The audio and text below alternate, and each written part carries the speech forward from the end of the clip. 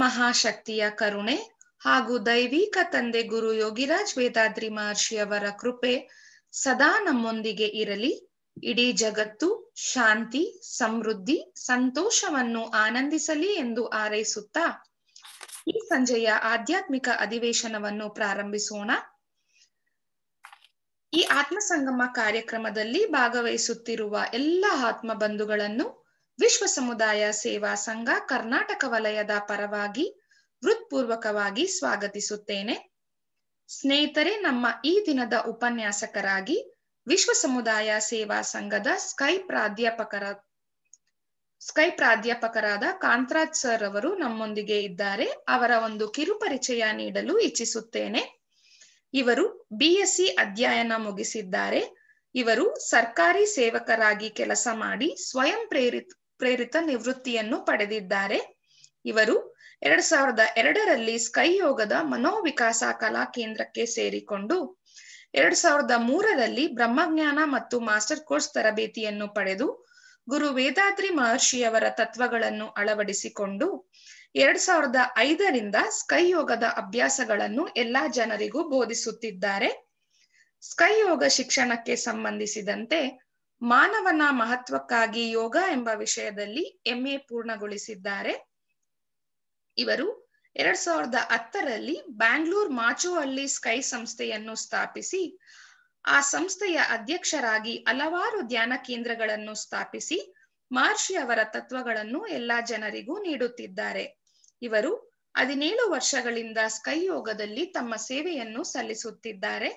ಸ್ನೇಹಿತರೆ, ಈಗ ವಿಶ್ವ ಸಮುದಾಯ ಸೇವಾ ಸಂಘ ಕರ್ನಾಟಕ ವಲಯದ ಪರವಾಗಿ ಹಾಗೂ ನಿಮ್ಮೆಲ್ಲರ ಪರವಾಗಿ ಸ್ಕೈ ಪ್ರಾಧ್ಯಾಪಕರಾದ ಕಾಂತರಾಜ್ ಸರ್ ಅವರನ್ನು ಈ ದಿನದ ಕಾರ್ಯಕ್ರಮಕ್ಕೆ ಸ್ವಾಗತಿಸಿ ಈ ದಿನದ ಚಿಂತನೆ ಅಭ್ಯಾಸ ಯೋಗದಿಂದ ಪರಿಪೂರ್ಣತೆ ಸಾಧ್ಯ, ಅಭ್ಯಾಸ ಯೋಗ ಲೀಡ್ಸ್ ಟು ಪರ್ಫೆಕ್ಷನ್ ಎಂಬ ಶೀರ್ಷಿಕೆಯ ಬಗ್ಗೆ ಚಿಂತನೆಯನ್ನು ನೀಡುವಂತೆ ವಿನಂತಿಸಿಕೊಳ್ಳುತ್ತೇನೆ.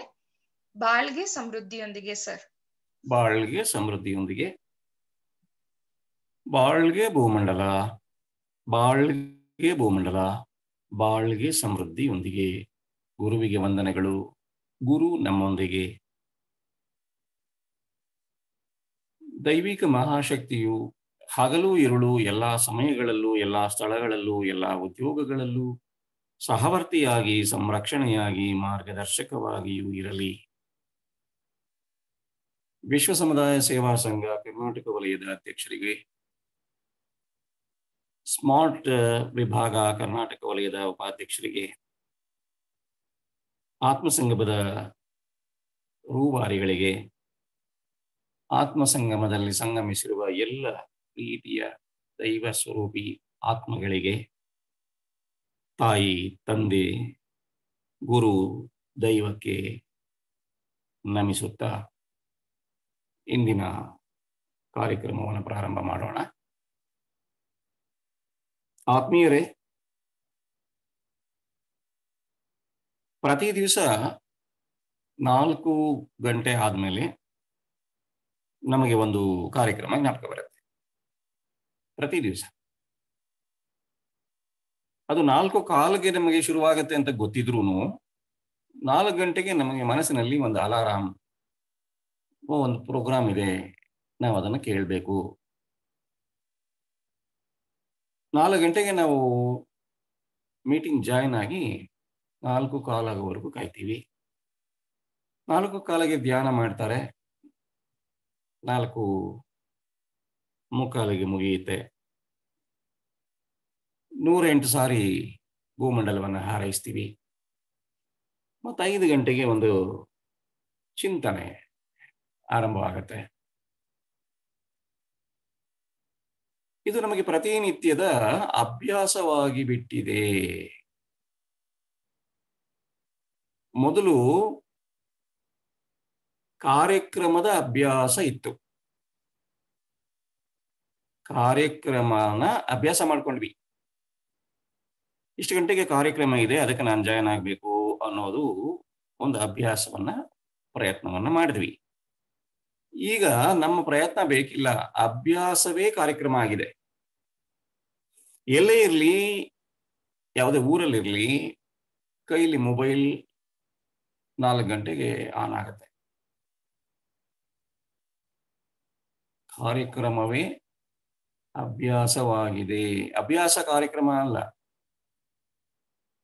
ಕಾರ್ಯಕ್ರಮ ಅಭ್ಯಾಸ ಆಗ್ಬಿಟ್ಟಿದೆ. ಈಗ ನಾವು ಮತ್ತೆ ಅಭ್ಯಾಸ ಮಾಡಬೇಕಾದ ಅವಶ್ಯಕತೆ ಇಲ್ಲ.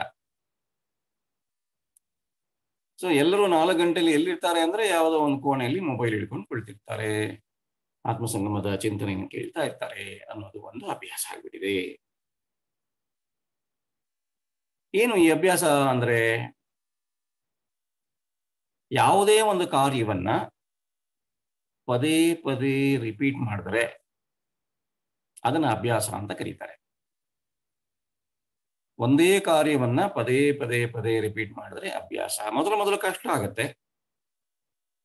ಮೊದಲು ಕಾರ್ಯಕ್ರಮಕ್ಕೆ ಅಭ್ಯಾಸ ಹೊಂದ್ಕೋಬೇಕಾಗತ್ತೆ, ಆಮೇಲೆ ಅಭ್ಯಾಸನೇ ಕಾರ್ಯಕ್ರಮವಾಗ್ಬಿಡುತ್ತೆ. ಯಾಕೆ ಈ ಪದಗಳನ್ನು ನಾನು ನಿಮಗೆ ಹೇಳಕ್ ಇಷ್ಟಪಡ್ತಾ ಇದ್ದೀನಿ ಅಂದ್ರೆ, ಇವತ್ತಿನ ಚಿಂತನೆಯ ಟೈಟಲ್ ನಿಮ್ಗೆ ಅರ್ಥ ಆಗ್ಬೇಕು. ಯೋಗ ಅಭ್ಯಾಸ ಅನ್ನೋದು ಸಾಮಾನ್ಯವಾದ ಪದ, ರೂಢಿ ಪದ. ಯೋಗಾಭ್ಯಾಸ, ನಾನು ಯೋಗಾಭ್ಯಾಸ ಮಾಡ್ತಾ ಇದ್ದೇನೆ. ಏನಾಗಂದ್ರೆ ಯೋಗ ಅಭ್ಯಾಸ ಮಾಡುತ್ತಿದ್ದೇನೆ, 2 ಪದ ಇದೆ. ಇದು ಎಲ್ರಿಗೂ ಅರ್ಥ ಆಗತ್ತೆ, ಇದು ಸಾಮಾನ್ಯವಾದ ಪದ. ಆದ್ರೆ ಇವತ್ತಿನ ಚಿಂತನೆಯಲ್ಲಿ ತಗೊಂಡಿರೋದು ಉಲ್ಟಾ ಆಗಿದೆ. ಅಭ್ಯಾಸ ಯೋಗ. ಯೋಗ ಅಭ್ಯಾಸ ಸಹಜವಾಗುತ್ತೆ. ಯೋಗ ನಾವು ಅದರ ಅರ್ಥವನ್ನು ನೋಡಿದ್ರೆ ಒಂದಾಗುವುದು ಅಥವಾ ಸೇರುವುದು ಅಂತ ಇದೆ. ಯಾವುದ್ರ ಜೊತೆನಲ್ಲಿ? ಅಭ್ಯಾಸದ ಜೊತೆನಲ್ಲಿ. ಸೊ ನಾನು ಅಭ್ಯಾಸ ಜೊತೆನಲ್ಲಿ ಒಂದಾಗಬೇಕು. ಇದು ಯೋಗ ಅಭ್ಯಾಸ. ಅಭ್ಯಾಸ ಯೋಗ ಅಂದ್ರೇನು? ನಾನು ಅಭ್ಯಾಸವನ್ನೇ ಯೋಗದಲ್ಲಿ ಸೇರಿಸ್ಬೇಕೀಗ. ಸೇರುವುದು ಅನ್ನೋ ಯೋಗಕ್ಕೆ ಅಭ್ಯಾಸವನ್ನು ಸೇರಿಸ್ಬೇಕು. ಯೋಗಕ್ಕೆ ನಾನು ಸೇರೋದು ಯೋಗಾಭ್ಯಾಸ, ನನಗೆ ಯೋಗ ಬಂದು ಸೇರೋದು ಅಭ್ಯಾಸ ಯೋಗ. ಸ್ಪಷ್ಟವಾಗುತ್ತೆ ಅಂತ ಅನ್ಕೊಂಡಿದ್ದೀನಿ. ಈ ಅಭ್ಯಾಸ ಮತ್ತು ಯೋಗ ಇದಕ್ಕೂ ಪರಿಪೂರ್ಣತೆಗೂ ಏನ್ ಸಂಬಂಧ ಅನ್ನೋದನ್ನ ಒಂದು ಸ್ವಲ್ಪ ನೋಡೋಣ. ಪರಿಪೂರ್ಣತೆ ಅಂದ್ರೆ ನಿಮಗೆ ಗೊತ್ತಿದೆ, ಅರಿವಿನಲ್ಲಿ ಒಂದಾಗೋದು. ಅರಿವಿನಲ್ಲಿ ಒಂದಾಗೋದು ಪರಿಪೂರ್ಣತೆ. ತನ್ನನ್ನು ತಾನು ಅರಿಯುವುದು ಪರಿಪೂರ್ಣತೆ. ಪ್ರಕೃತಿಯ ರಹಸ್ಯವನ್ನು ಅರಿಯುವುದು, ಧರ್ಮದ ದಾರಿಯಲ್ಲಿ ಬದುಕೋದು, ದೈವಾನುಭವದಲ್ಲಿ ಇರೋದು ಪರಿಪೂರ್ಣತೆ. ಪರಿಪೂರ್ಣತೆ ನಿಮಗೆ ಗೊತ್ತಿದೆ, ಅದರ ಬಗ್ಗೆ ಹೆಚ್ಚಿಗೆ ಸಮಯನ ತಗೊಳ್ಳಲ್ಲ. ಆದರೆ ಅಭ್ಯಾಸ ಯೋಗದಿಂದ ಪರಿಪೂರ್ಣತೆ ಸಾಧ್ಯ ಅನ್ನೋದು ಇವತ್ತಿನ ವಿಷಯ. ಇದು ಸಾಧ್ಯವೇ ಅನ್ನೋದನ್ನು ನಾವು ಚಿಂತನೆ ಮಾಡೋಣ. ಪುನಃ ನಾನು ಅಭ್ಯಾಸಕ್ಕೆ ಬರ್ತೀನಿ. ಈ ಅಭ್ಯಾಸ ಹೇಗಾಗತ್ತೆ? ಕಾರ್ಯಗಳನ್ನು ಅಂದ್ರೆ ಒಂದೇ ರೀತಿಯ ಕಾರ್ಯಗಳನ್ನ ಪದೇ ಪದೇ ಮಾಡೋದು ಅಭ್ಯಾಸ ಆಗತ್ತೆ. ಕಾರ್ಯಗಳು ಮಾಡೋದು ಯಾರು? ಕರ್ಮೇಂದ್ರಿಯಗಳು, ಜ್ಞಾನೇಂದ್ರಿಯಗಳು. ಕ್ರಿಯೆಗಳನ್ನ ಮಾಡೋದು ಕರ್ಮೇಂದ್ರಿಯಗಳು, ಜ್ಞಾನೇಂದ್ರಿಯಗಳು. ಯಾರಿಂದ ಕಾರ್ಯವನ್ನು ಮಾಡ್ತವೆ ಈ ಇಂದ್ರಿಯಗಳು? ಭಾವನೆಗಳಿಂದ. ಭಾವನೆಗಳಿಂದ ಇಂದ್ರಿಯಗಳು ಕಾರ್ಯವನ್ನು ಮಾಡ್ತವೆ. ಈ ಭಾವನೆ ಅಂದ್ರೆ ಯಾರು? ಮನಸ್ಸು. ಮನಸ್ಸಿನೊಳಗೆ ಭಾವನೆಗಳಿದೆ. ಈಗ ಈ ಮನಸ್ಸು, ಕರ್ಮೇಂದ್ರಿಯಗಳು, ಜ್ಞಾನೇಂದ್ರಿಯಗಳು, ಈ ಮೂರನ್ನು ಸೇರಿಸಿ ಒಂದು ಪದ ಬರುತ್ತೆ ನೋಡಿ, ಕಾಯ ವಾಚ ಮನಸ. ತ್ರಿಕರಣಗಳು, 3 ಇಂದ್ರಿಯಗಳಿವು. ಕಾಯ ಕರ್ಮೇಂದ್ರಿಯಗಳು, ವಾಚ ಜ್ಞಾನೇಂದ್ರಿಯಗಳು, ಮನಸ ಭಾವನೆಗಳು. ಭಾವನೆ, ನುಡಿ, ನಡೆ ಅಥವಾ ಕ್ರಿಯೆ. ನೀವು ಭಾವನೆಯ ವಿಶ್ಲೇಷಣೆ ಪಾಠದಲ್ಲಿ ಈ ಪದಗಳನ್ನು ಕೇಳಿರ್ತೀರಿ, ನಿಮಗೆ ನೆನಪು ಬರ್ತವೆ. ಕರ್ಮೇಂದ್ರಿಯಗಳಿಗೂ ಜ್ಞಾನೇಂದ್ರಿಯಗಳಿಗೂ ಕ್ರಿಯೆ ಮಾಡುವ ಅಭ್ಯಾಸವನ್ನ ಮಾಡಿದ್ವಿ. ಈಗ ನಾವು ಅಭ್ಯಾಸ ಮಾಡಬೇಕಾಗಿಲ್ಲ. ಈಗ ಮಗು ಆಗತಾನೆ ಹುಟ್ಟಿದ ಮಗು ಬೆಳೀತಾ ಬೆಳೀತಾ ಒಂದು 3-4 ತಿಂಗಳಾಗುವಾಗೆ ಆ ಮಗುವಿಗೆ ದೃಷ್ಟಿ ಬರುತ್ತೆ, ನೋಡೋದನ್ನು ಕಲಿಸ್ತೀವಿ. ಇವರು ಅಪ್ಪ ಬಂದ್ರು, ಇವ್ರ ಅಮ್ಮ ಬಂದ್ರು, ಇವ್ರ ಅಜ್ಜಿ, ಇವರ ತಾತ ನೋಡು ಅಂತ ನೋಡೋದನ್ನ ಕಲಿಸ್ತೀವಿ. ಅದೇ ಮಗು 1-2 ವರ್ಷ ಆದ್ಮೇಲೆ ನಮಗೆ ಹೇಳ್ಕೊಡುತ್ತೆ ಇವರು ತಾತ. ಈಗ ಅದಕ್ಕೆ ಕಲಿಸ್ಬೇಕಾಗಿಲ್ಲ, ಅಭ್ಯಾಸ ಮಾಡ್ಬೇಕಾಗಿಲ್ಲ. ಈಗ ಅದು ಮೊದಲು ಅಭ್ಯಾಸ ಮಾಡ್ಬೇಕು, ಅದು ಯೋಗ ಅಭ್ಯಾಸ.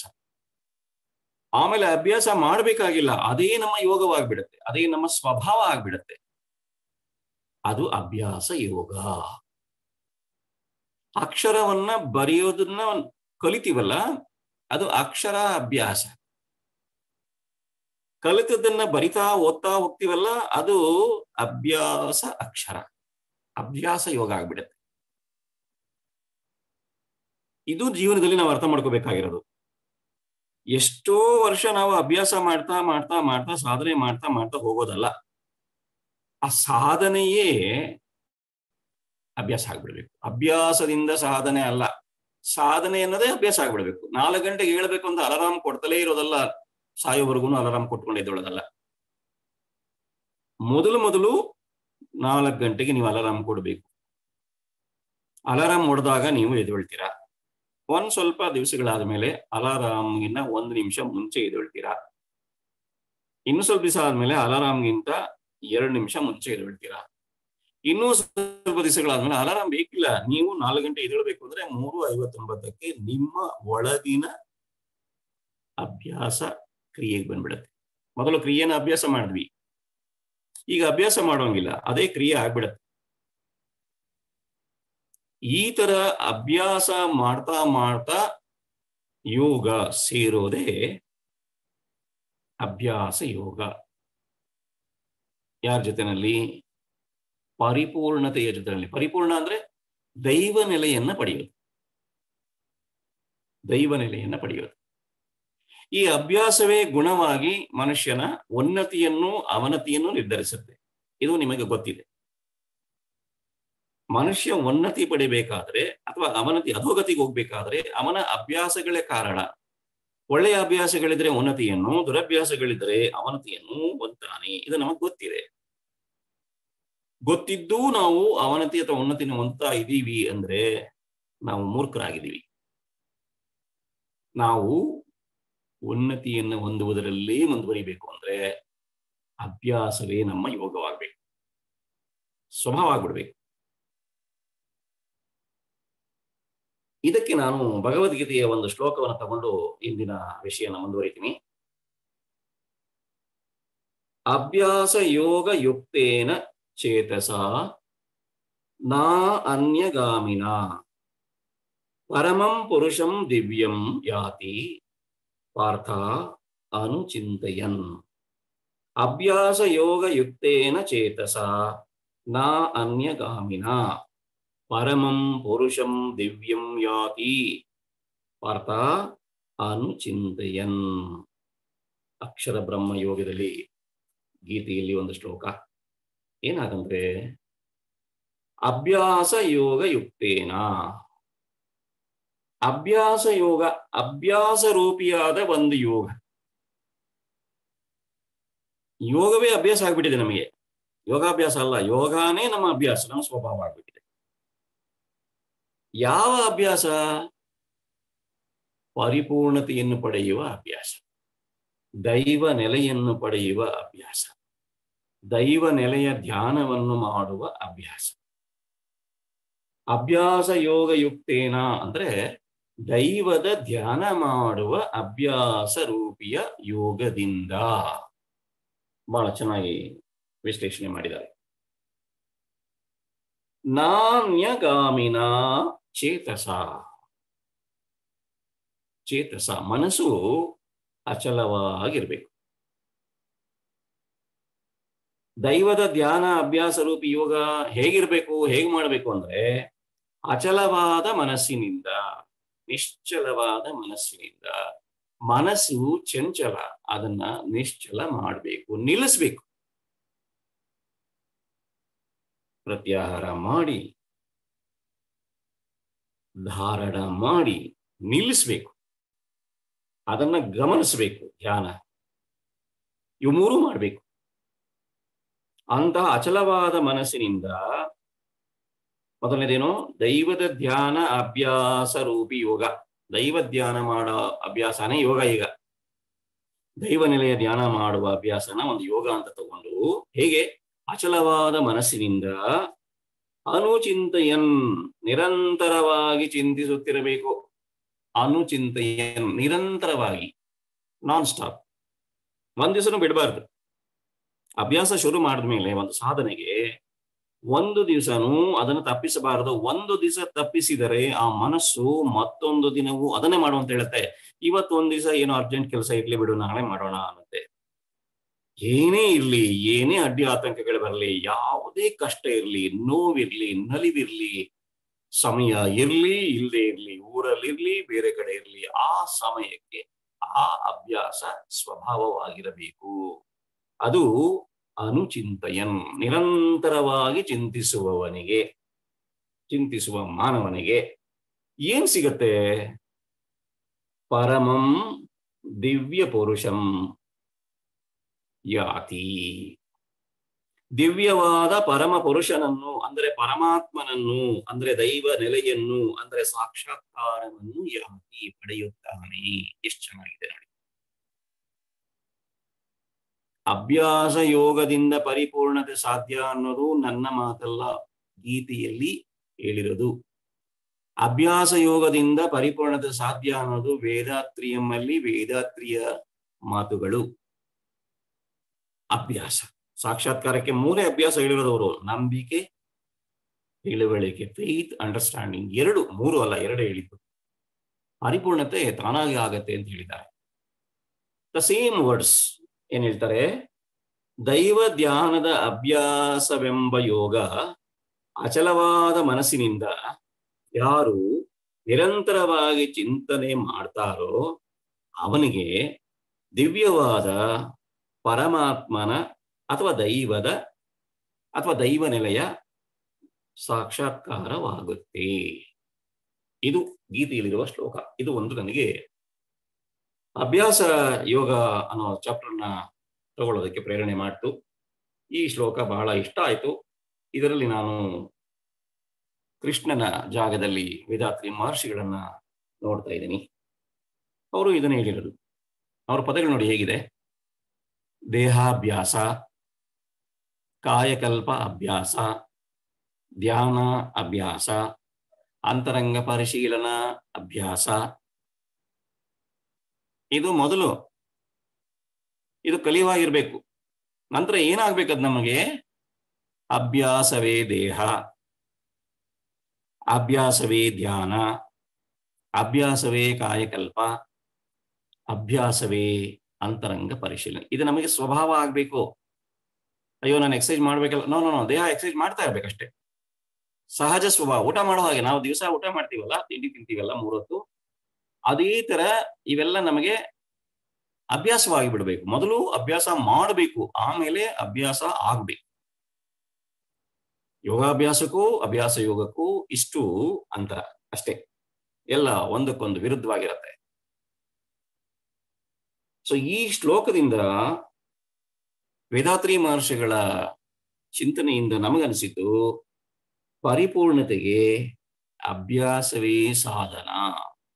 Tools, very important tool. ಅಭ್ಯಾಸವಿಲ್ಲದೆ ಏನು ಸಾಧ್ಯ ಇಲ್ಲ. ಯಾಕೆ ಸಾಧನೆ ಆಗಿಲ್ಲ? ಅಭ್ಯಾಸ ಮಾಡಿಲ್ಲ. ಯಾಕೆ ಧ್ಯಾನ ಸಿದ್ಧಿ ಆಗಿಲ್ಲ? ಅಭ್ಯಾಸ ಮಾಡಿಲ್ಲ. ಕಾಯಕಲ್ಪ ಯಾಕೆ ಸಿದ್ಧಿಯಾಗಿಲ್ಲ? ಅಭ್ಯಾಸ ಮಾಡಿಲ್ಲ. ಆರೋಗ್ಯ ಯಾಕೆ ಸಿಗ್ತಾ ಇಲ್ಲ? ದೇಹಾಭ್ಯಾಸ ಮಾಡಿಲ್ಲ. ಮನಸ್ಸು ಯಾಕೆ ನಿಶ್ಚಲವಾಗಿಲ್ಲ? ಧ್ಯಾನ ನಾವು ಮಾಡ್ತಾ ಇದ್ದೀವಿ ಅಷ್ಟೇ, ಅಭ್ಯಾಸ ಆಗಿಲ್ಲ. ಧ್ಯಾನನ ಮಾಡಬಾರ್ದು, ಧ್ಯಾನದೊಳಗೆ ಇರಬೇಕು. ಧ್ಯಾನದೊಳಗೆ ಇರಬೇಕು. ನೀರು ನಮ್ಮ ಮೇಲೆ ಸುರಿದ್ರೆ ಹರಿದೋಗುತ್ತೆ. ನಾವೇ ನೀರೊಳಗಿದ್ರೆ ನಮ್ಮೊಳಗೆ ನೀರಿರುತ್ತೆ. ಅಭ್ಯಾಸನ ಮಾಡ್ತಾ ಇದ್ರೆ ಮಾಡಿ ಹೊಟ್ಟೋಗತ್ತದು.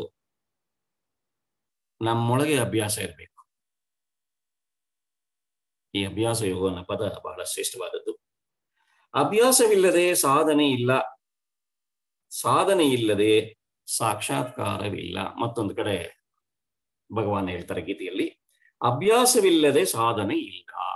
ನೀವು ಏನಾದ್ರೂ ಸಾಧನೆ ಮಾಡಬೇಕು ಅಂದ್ರೆ ಅಭ್ಯಾಸ ಮಾಡಬೇಕು. ಏನಾದ್ರೂ ಸಾಧನೆ,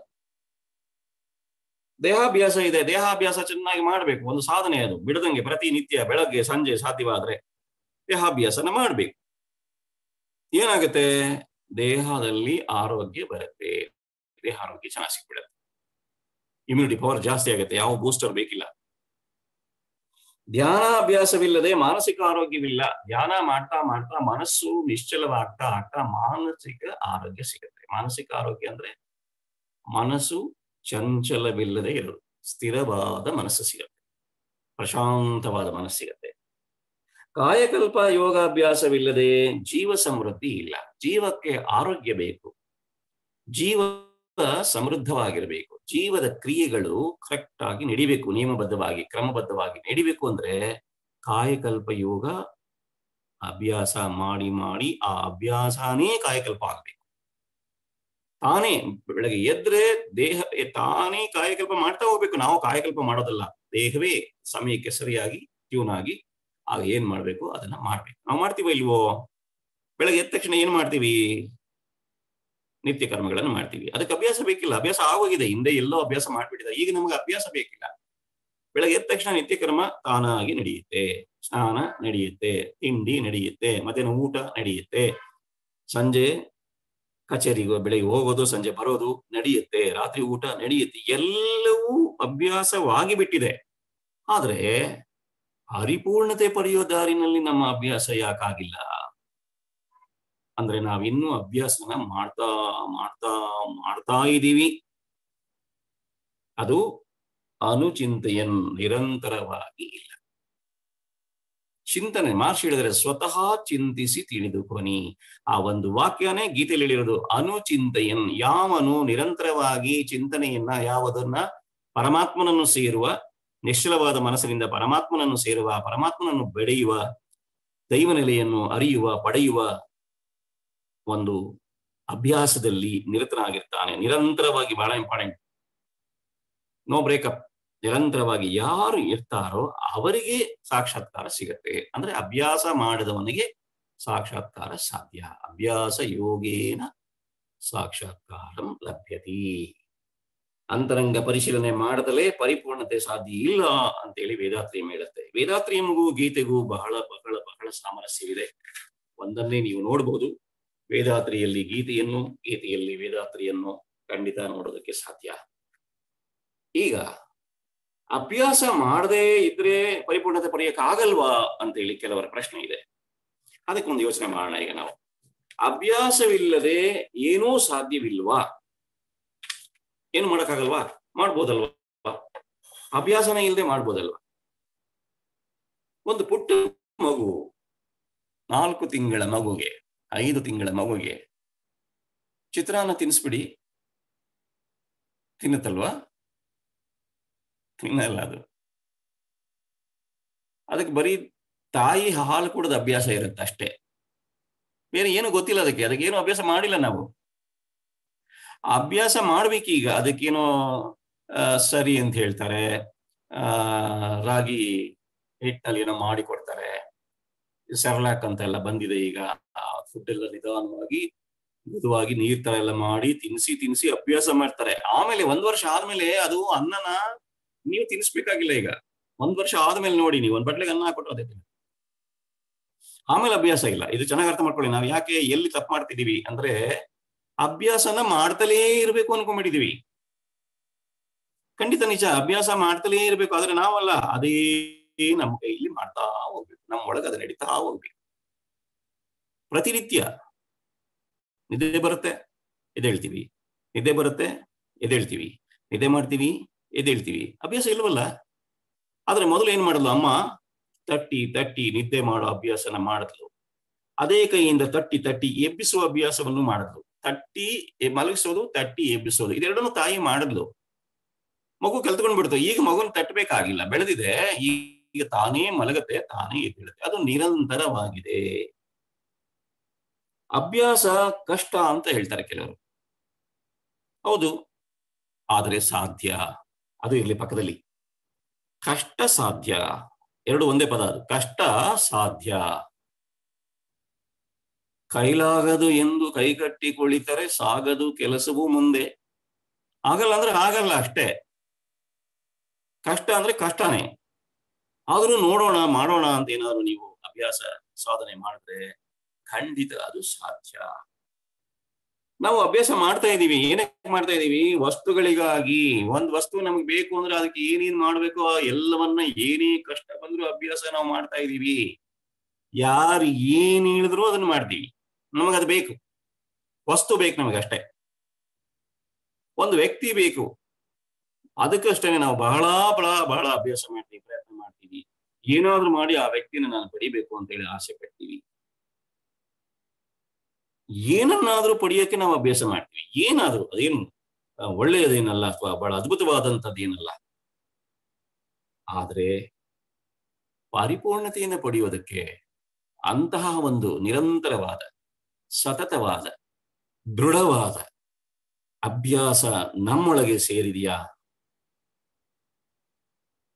ಅಭ್ಯಾಸ ನನ್ನೊಳಗೆ ಸೇರಬೇಕು. ನಾನು ಅಭ್ಯಾಸದಲ್ಲಿ ಇರೋದಲ್ಲ, ನನ್ನೊಳಗೆ ಅಭ್ಯಾಸ ಇರಬೇಕು. ಆ ಅಭ್ಯಾಸ ನಾನು ಒಂದೇ ಆಗಿರ್ಬೇಕು. ನಾನು ಸೇರೋದಲ್ಲ, ಅಭ್ಯಾಸನೇ ನನ್ನೊಳಗೆ ಸೇರಿರ್ಬೇಕು. ಅಷ್ಟು ಸತತವಾದ ಅಭ್ಯಾಸವನ್ನ ಮಾಡಬೇಕು. ಫಾರ್ ಎಕ್ಸಾಂಪಲ್, ಒಬ್ಬ PUC ಹುಡುಗ ಒಂದು ಒಳ್ಳೆ ಡಾಕ್ಟರ್ ಆಗ್ಬೇಕಾದ್ರೆ 5 ವರ್ಷ, ಎಕ್ಸ್ಪರ್ಟ್ ಡಾಕ್ಟರ್ ಆಗ್ಬೇಕಾದ್ರೆ 10 ವರ್ಷ ಓದ್ಬೇಕು. ಸರ್ಜನ್ ಆಗ್ಬಿಡ್ತಾರೆ, MD ಮಾಡ್ಬಿಡ್ತಾರೆ. 10 ವರ್ಷದಲ್ಲಿ ಒಬ್ಬ ಹುಡುಗ, ಏನೂ ಗೊತ್ತಿಲ್ಲದಿರೋ ಒಬ್ಬ PUC ಹುಡುಗ ವೈದ್ಯನಾಗ್ತಾನೆ. 5 ರಿಂದ 7 ವರ್ಷದಲ್ಲಿ ಏನೂ ಗೊತ್ತಿಲ್ಲದೆ ಇರೋ ಒಬ್ಬ ಹುಡುಗ ಇಂಜಿನಿಯರ್ ಆಗ್ತಾನೆ, ಹುಡುಗಿ ಇಂಜಿನಿಯರ್ ಆಗ್ತಾಳೆ. ಕಾರಣ ಅಭ್ಯಾಸ. ಆಮೇಲೆ ಅಭ್ಯಾಸ ಮಾಡೋಂಗಿಲ್ಲ. ಓದೋದು 5 ವರ್ಷ 10 ವರ್ಷ ಓದ್ಬೇಕು, ಅದೇ ಅಭ್ಯಾಸ. ಆಮೇಲೆ ನೀವು ಮತ್ತೆ ಓದ್ಬೇಕಾದ ಅಗತ್ಯ ಇಲ್ಲ. ಓದಿದ್ದನ್ನ ಅಭ್ಯಾಸ ಮಾಡ್ಬೇಕು. ನೋಡಿ ಎಷ್ಟು ಚೆನ್ನಾಗಿದೆ. ಮೊದಲು ಓದಕ್ಕೆ ಅಭ್ಯಾಸ ಮಾಡ್ಬೇಕು, ಆಮೇಲೆ ಓದಿದ್ದನ್ನ ಅಭ್ಯಾಸ ಮಾಡ್ಬೇಕು. ಇನ್ನು ಸುಲಭನಾದ ಎಕ್ಸಾಂಪಲ್ ತಗೊಂಡ್ರೆ, ಸಂಗೀತ ಕಲಿಬೇಕು. ಎಷ್ಟೊಂದು ಅಭ್ಯಾಸ ಮಾಡ್ಬೇಕು. ನಾನು 3 ಗುರುಗಳ ಹತ್ರ ಸಂಗೀತ ಕಲಿಯಕ್ಕೆ ಹೋಗಿದ್ದೀನಿ. ಮೊದಲನೇ ಗುರುಗಳ ಹತ್ರ ಹೋದೆ, ಒಂದ್ ಸ್ವಲ್ಪ ಹೇಳ್ಕೊಟ್ರು. ಆಮೇಲೆ ನಾನು ಕಂಟಿನ್ಯೂ ಮಾಡ್ಲಿಲ್ಲ. ಅಭ್ಯಾಸ ನಿರಂತರ ಆಗ್ಲಿಲ್ಲ, ಅದರಲ್ಲಿ ಸಾಧನೆ ಆಗ್ಲಿಲ್ಲ. 1 ವರ್ಷ ಅಷ್ಟು ವರ್ಷಗಳ ಕಾಲ ಬಿಟ್ಬಿಟ್ಟೆ. ಮತ್ತೆ ಇನ್ನೊಂದು ಗುರುಗಳ ಹತ್ರ ಹೋದೆ. ಇತರಿಗೇನೋ ಆಸೆ ಆಯ್ತು ಕಲಿಬೇಕು ಅಂತ. ಅವರು ತಿರ್ಗಾ ಮೊದಲಿಂದ ಶುರು ಮಾಡಿದ್ರು. ನಾನು ಹಿಂದೆ ಕಲ್ತಿದ್ದೀನಿ ಅಂದ್ರೆ ಕೇಳಲಿಲ್ಲ ಅವರು. ಇಲ್ಲ ಅದು ಬೇರೆ ಇದು ಬೇರೆ, ನೀನ್ ಮೊದಲಿಂದ ಅಭ್ಯಾಸ ಮಾಡು. ಮೊದಲಿಂದ ಕರ್ಕೊಂಡು ಬಂದು ಒಂದಷ್ಟು ದೂರ ಬಂದ್ರು. ಅಲ್ಲಿಯೂ ಏನೋ ಅಡ್ಡಿ ಆತಂಕ ಅಂತೇಳಿ ಏನೋ ಒಂದು ಕಾರಣ ಕೊಟ್ಟೆ, ಬಿಟ್ಟೆ, ಮುಗಿದಾಯ್ತು. 3ನೇ ಬಾರಿ ಮತ್ತಿರ್ಗ ಹಳೆ ಗುರುಗಳು, ಮೊದಲನೇ ಗುರುಗಳು ತಿರ್ಗಾ ಕರೆದ್ರು. ಬಾಪ, ನೀನ್ ಸ್ವಲ್ಪ ಕಲಿಯೇಯ, ನೀನು ಒಳ್ಳೆಯ ಸಂಗೀತ ವಂಶದ ಮನೆಯಲ್ಲಿ ಬಂದಿದೀಯ, ಕಲಿ ಅಂತೇಳಿ ಬಹಳ ನಮ್ಗೆ ಫ್ಯಾಮಿಲಿ ಫ್ರೆಂಡ್ ಅವರು, ನಮ್ಮ ಅಪ್ಪಾಜಿ ಅವರಿಗೆಲ್ಲ. ಮತ್ತೆ ಕರ್ಕೊಂಡು ತಿರ್ಗಾ ಶುರು ಮಾಡಿದ್ರು. ಮತ್ತು ನಾನು ಕಲೀಲಿಲ್ಲ. ಕಾರಣ ಏನು? ಅಭ್ಯಾಸ ನಿರಂತರವಾಗಿ ಮಾಡಲಿಲ್ಲ. ಸತತವಾದ ಅಭ್ಯಾಸ ಇಲ್ಲ, ಸಂಗೀತ ಬರಲಿಲ್ಲ. ಚಳಿ ಇರ್ಲಿ, ಬೇಸಿಗೆ ಕಾಲ ಇರ್ಲಿ, ಏನು ಅಭ್ಯಾಸ ನಿಲ್ಲಿಸಲ್ಲ ಅವರು. ಅಂತ ಎಲ್ಲ ಅಭ್ಯಾಸ ಮಾಡಿದ್ರೆ ಮಾತ್ರನೇ ಒಂದ್ ದಿವಸ ಜೇಸುದಾಸ್ ಆಗಿದ್ದಾರೆ, PB ಶ್ರೀನಿವಾಸ್ ಆಗಿದ್ದಾರೆ, ಬಾಲಮುರಳಿ ಕೃಷ್ಣ ಆಗಿದ್ದಾರೆ, ದೊಡ್ಡ ದೊಡ್ಡ ವ್ಯಕ್ತಿ ಆಗಿದ್ದಾರೆ. ಅಭ್ಯಾಸ ಇಲ್ಲದೆ ಹೆಂಗ್ ಸಾಧ್ಯ? ಇದನ್ನೆಲ್ಲ ಸಾಧ್ಯನೇ ಇಲ್ಲ. ಅವ್ರು ಎಷ್ಟು ಕಷ್ಟಪಟ್ಟಿದ್ದಾರೆ. ಇವತ್ತು ನಾವು ಕೂತ್ಕೊಂಡು ಚಪ್ಪಾಳೆ ಹೊಡಿತೀವಿ. ಆ ಚಪ್ಪಾಳೆ ಅವ್ರಿಗೆ ತಗೋಬೇಕಾದ್ರೆ ಅವ್ರು ಎಷ್ಟು ಕಷ್ಟಪಟ್ಟಿದ್ದಾರೆ ಅನ್ನೋದು ನಮಗ್ ಗೊತ್ತಿಲ್ಲ, ಅವ್ರಿಗೆ ಗೊತ್ತಿದೆ. ಬೇಕಾದಷ್ಟು ಎಕ್ಸಾಂಪಲ್ ತಗೋಬಹುದು ನೀವು. ಒಂದು ಸೈಕಲ್ ಕಲಿಯೋದು ಅಷ್ಟೇ, ಒಂದು weight ಲಿಫ್ಟಿಂಗ್ ಮಾಡೋದು ನೋಡಿ. ಕರ್ಣ ಮಲ್ಲೇಶ್ವರಿ ಅನ್ನೋರು ಹಿಂದೆ 250 kg 240 kg ಒಬ್ಬ ಲೇಡಿ ಲಿಫ್ಟ್ ಮಾಡಿದ್ರು. ಅವ್ರು ಇದ್ದಿದ್ದು 58 kg. ಹೇಗ್ ಸಾಧ್ಯ? ಆನೆ ಮರಿಯನ್ನ ಅಭ್ಯಾಸ ಮಾಡಿ ಆನೆ ಬೆಳೆದ ಮೇಲೆ ಅದನ್ನು ಎತ್ತುವಂತ ಜನ ಇದ್ರಂತೆ.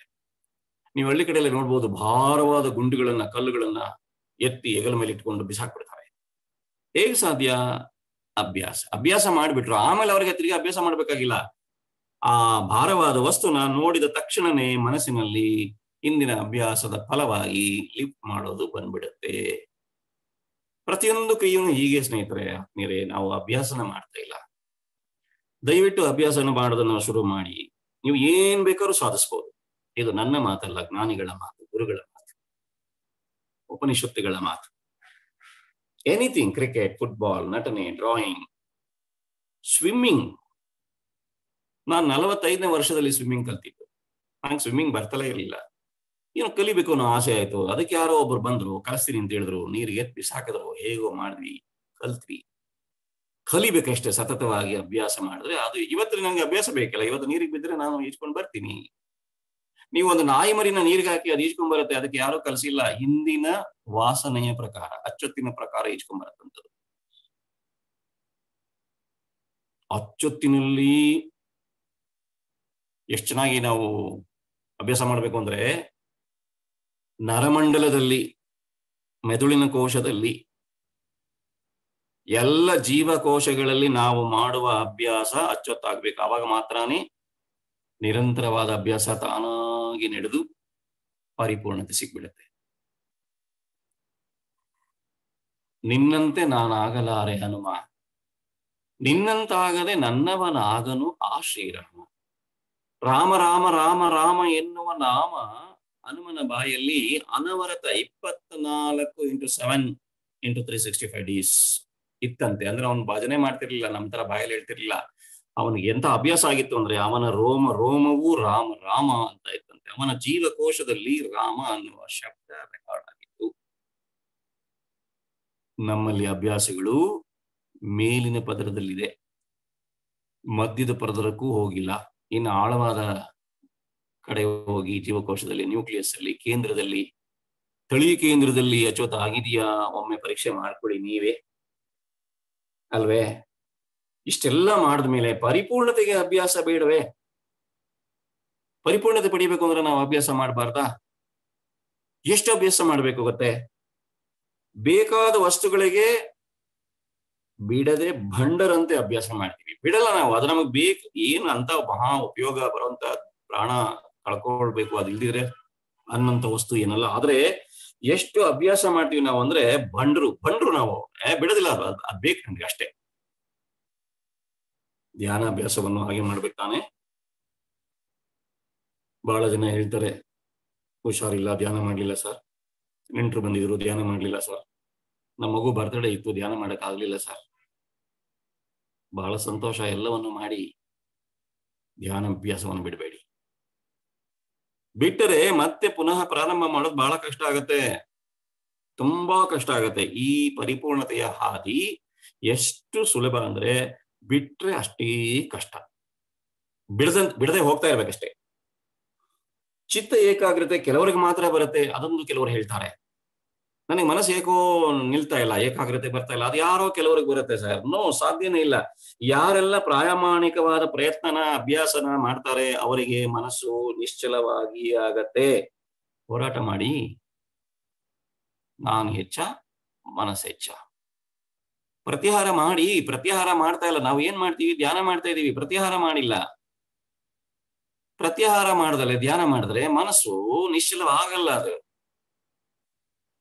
ಪಂಚೇಂದ್ರಿಯಗಳು ಕ್ರಿಯೆ ಮಾಡ್ತಾ ಇರುವಾಗ ನಾನು ಧ್ಯಾನ ಮಾಡ್ತಾ ಇದ್ರೆ, ಪಂಚೇಂದ್ರಿಯಗಳಲ್ಲಿ ನಡೆಯುವ ಕ್ರಿಯೆಗಳನ್ನ ನಿಲ್ಲಿಸದೇ ಇದ್ರೆ, ಪಂಚೇಂದ್ರಿಯಗಳಿಂದ ಮನಸ್ಸನ್ನ ಒಳಗೆ ಸೆಳ್ಕೊಳ್ಳದೆ ಇದ್ರೆ, ಆ ಮನಸ್ಸು ಹೇಗೆ ನಿಲ್ಲಕ್ ಸಾಧ್ಯ? ನೀವು ಎಷ್ಟು ವರ್ಷ ಮಾಡಿದ್ರೂ ಪ್ರಯೋಜನ ಇಲ್ಲ. ಅಭ್ಯಾಸ ಬಹಳ ಇಂಪಾರ್ಟೆಂಟ್.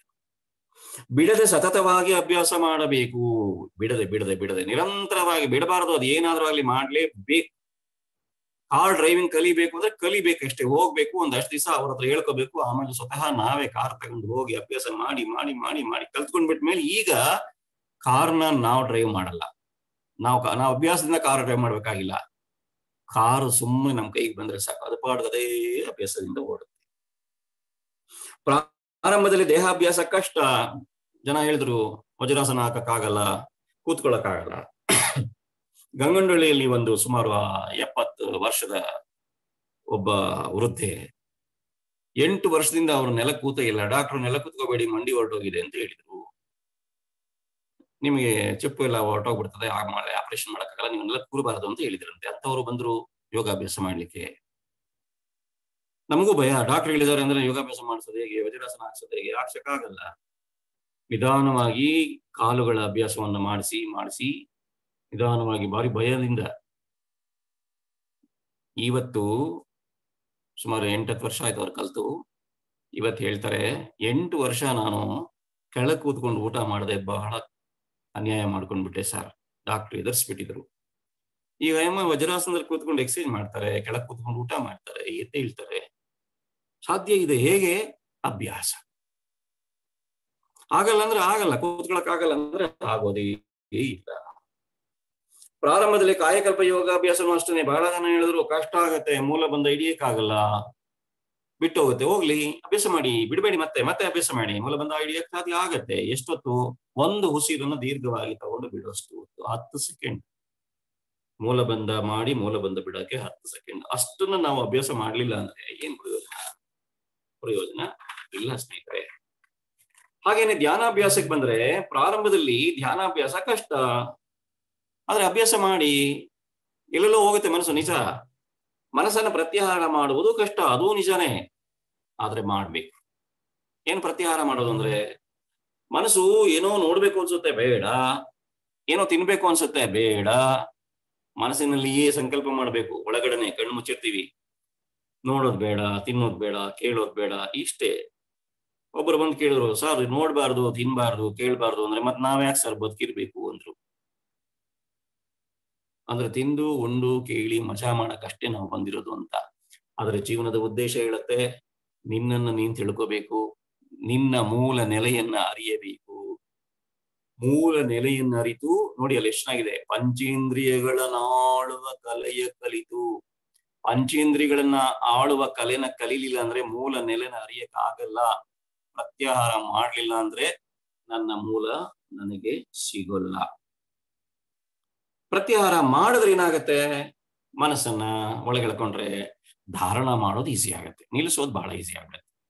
ನಿಲ್ಲಿಸಿದ್ರೆ ಏನಾಗತ್ತೆ, ಮನಸ್ಸು ಏಕಾಗ್ರತೆ, ಮನಸ್ಸು ಒಂದು ಬಿಂದು ಆಗತ್ತೆ, ಒಂದು ಪಾಯಿಂಟ್ ಆಗತ್ತೆ, ಚದರುವಿಕೆ ಇಲ್ಲ. ಈಗ ನಿಶ್ಚಲವಾಗ್ಬಿಡತ್ತೆ. ನಿಶ್ಚಲವಾದ ಮನಸ್ಸು ಏನಾಗತ್ತೆ, ನಿಶ್ಚಲವಾದ ಮನಸ್ಸು ಏನಾಗತ್ತೆ, ಶಂಕರಾಚಾರ್ಯರಿಗೆ ಜ್ಞಾಪಕ ಬರ್ತಾರೆ, ಸತ್ಸಂಗತ್ವೇ ನಿಸ್ಸಂಗತ್ವಂ. ನಿನ್ನ ದುರ್ಗುಣಗಳನ್ನ ನೀನು ಬಿಡಬೇಕು ಅಂದ್ರೆ ನೀನು ಯಾವಾಗಲೂ ಸತ್ಸಂಗದಲ್ಲಿರಬೇಕು. ಈ ಆತ್ಮಸಂಗಮ ಅನ್ನೋದು ಒಂದು ಸತ್ಸಂಗ. 1:15 ಗಂಟೆ ಇರ್ತೀವಿ ನಾವು. 4:15, 4:45, 5:15, 6 ಗಂಟೆವರೆಗೂ ಒಂದೊಂದ್ಸರಿ ಇರ್ತೀವಿ. ಈ 1:15, 2 ಗಂಟೆ ನಾವು ಏನಿರ್ತೀವಿ, ಇದು ಸತ್ಸಂಗ. ಇದು ಈ ಸತ್ಸಂಗದಿಂದ ಏನ್ ಲಾಭ ಆಗಿದೆ, ನಿಮ್ಮಲ್ಲಿರುವ ದುರ್ಗುಣಗಳು ಅಥವಾ ಕೆಟ್ಟವರ ಸ್ನೇಹಗಳು, ದುಶ್ಚಟಗಳು ದೂರ ಆಗಿರ್ತವೆ. ನಿಮಗೆ ಗೊತ್ತಿರಲ್ಲ. ಸತ್ಸಂಗತ್ವೇ ನಿಸ್ಸಂಗತ್ವಂ. ಸರಿ, ಅವೆಲ್ಲ ದೂರ ಆದ್ರೂ ಏನಾಗತ್ತೆ, ನಿಸ್ಸಂಗತ್ವೇ ನಿರ್ಮೋಹ ತತ್ವಂ. ಯಾವಾಗ ಬೇಡವಾದ್ದೆಲ್ಲ ದೂರ ಹೋಗತ್ತೆ, ಅರಿವಾಗತ್ತೆ, ಮೋಹ ಹೊರಟೋಗತ್ತೆ. ಬೇಡವಾದ್ರ ಮೇಲೆ ತಾನೇ ನಮಗೆ ಮೋಹ ಜಾಸ್ತಿ. ನಮಗದ್ ಬೇಕಾಗಿಲ್ಲ, ಅದು ಅವಶ್ಯಕತೆ ಇಲ್ಲ, ಅಗತ್ಯ ಇಲ್ಲ, ಆದರೂ ನಮಗದ್ರ ಮೇಲೆ ಮೋಹ ಜಾಸ್ತಿ. ಯಾವಾಗ ಇದು ಬೇಡ ಇದು ಬೇಡ ಇದು ಬೇಡ ನಿರ್ಮೋಹ ಬರ್ಬಿಡುತ್ತೋ, ಆಮೇಲೆ ಏನಾಗುತ್ತೆ, ನಿರ್ಮೋಹತ್ವೇ ನಿಶ್ಚಲ ತತ್ವಂ. ತಿನ್ಬೇಕು ಅನ್ನೋ ಆಸೆ ಹೋದ್ಮೇಲೆ ಕಣ್ಣು ನೋಡ್ಬೇಕು ಅಂತ ಅನ್ಸಲ್ಲ. ಒಂದ್ ವೇಳೆ ನೋಡಿದ್ರು ತಿನ್ಬೇಕು ಅನ್ಸಲ್ಲ. ಅದು ಸನ್ಯಾಸ. ಸಂಬಂಧಗಳಲ್ಲಿ ಕಂಡ ಸತ್ಯವೇ ಸನ್ಯಾಸ ವಾಕ್ಯ ಬಹಳಷ್ಟು ವರ್ಷ ನನಗೆ ಅರ್ಥ ಆಗಿರ್ಲಿಲ್ಲ. ಅದು ಏನಿದು ಸಂಬಂಧಗಳಲ್ಲಿ ಕಂಡ ಸತ್ಯವೇ ಸನ್ಯಾಸ? ಕಣ್ಣಿಗೂ ಲಾಡುಗೂ ಸಂಬಂಧವಿದೆ, ಅದು ನನಗೆ ಆಗಲ್ಲ, ನಾನು ಅದನ್ನು ತಿನ್ನಬಾರದು ಅನ್ನೋದು ಅಭ್ಯಾಸ. ತಿಂದ್ರೆ ಏನಾಗತ್ತೆ ಅನ್ನೋ ಅರಿವು ಅಭ್ಯಾಸದಿಂದ ಬಂತು. ನನಗೆ ಅದು ತಿಂದ್ರೆ ಆಗಲ್ಲ ಅಂತ ಗೊತ್ತಾದ್ಮೇಲೆ ನಾನು ಅದನ್ನು ತಿನ್ನಲ್ಲ. ಈಗ ಲಾಡು ತರ್ತೀನಿ, ಮನೇಲಿರೋರು ಕೊಡ್ತೀನಿ, ಅವ್ರು ತಿನ್ನೋದನ್ನ ನೋಡ್ತೀನಿ, ನನ್ನ ಬಾಯಲ್ಲಿ ನೀರು ಬರಲ್ಲ. ಯಾಕೆಂದ್ರೆ ಮನಸ್ಸು ಆ ಲಾಡು ಜೊತೆನಲ್ಲಿ ಬೆರೆಯಲ್ಲ, ವಿತಡ್ರ ಆಗಿದೆ. ಆತರ ಆಗ್ಬೇಕು.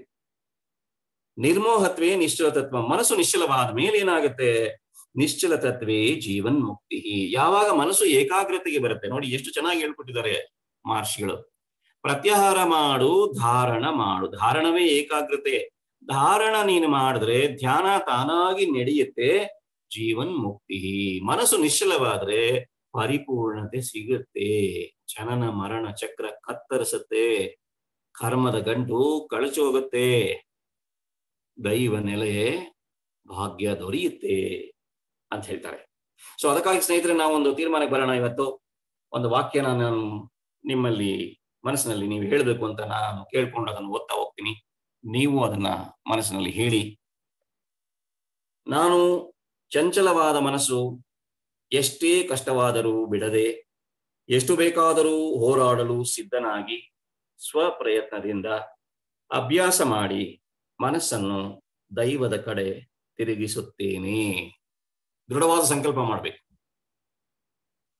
ನಾನು ಚಂಚಲವಾದ ಮನಸ್ಸು, ಎಷ್ಟೇ ಕಷ್ಟವಾದರೂ, ಮನಸ್ಸು ಬಹಳ ಚಂಚಲ ಆದರೂ ಎಷ್ಟೇ ಕಷ್ಟ ಆದರೂ ಬಿಡದೆ, ಎಷ್ಟು ಬೇಕಾದರೂ ಹೋರಾಟ ಮಾಡಿ ಅದರ ಜೊತೆ ಪ್ರತ್ಯಾಹಾರನ ಮಾಡಿ ಸಿದ್ಧನಾಗಿ ಸ್ವಪ್ರಯತ್ನದಿಂದ ಅಭ್ಯಾಸ ಮಾಡಿ ಮನಸ್ಸನ್ನು ದೈವದ ಕಡೆ ತಿರುಗಿಸುತ್ತೇನೆ.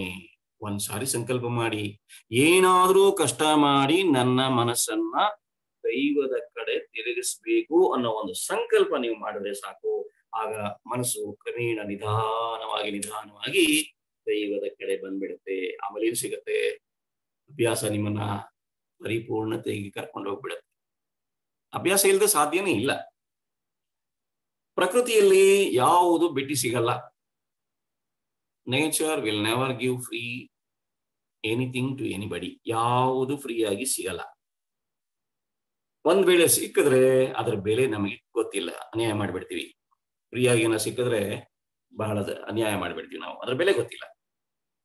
ಕೆಲಸಕ್ಕೆ ಬಾರದ ಕ್ಷುದ್ರ ವಸ್ತುಗಳನ್ನು ಪಡೆಯೋಕೆ ನಾವು ಎಷ್ಟು ಕಷ್ಟಪಡ್ತೀವಿ, ಏನೇನೋ ಕಷ್ಟಪಡ್ತೀವಿ. ಆದರೆ ಪರಿಪೂರ್ಣತೆ ಪಡೆಯಬೇಕು, ದೇವರನ್ನು ಚಿಂತಿಸಬೇಕು. ಅದಕ್ಕೆ ಯಾಕೆ ಅಷ್ಟು ಕಷ್ಟಪಡಲ್ಲ?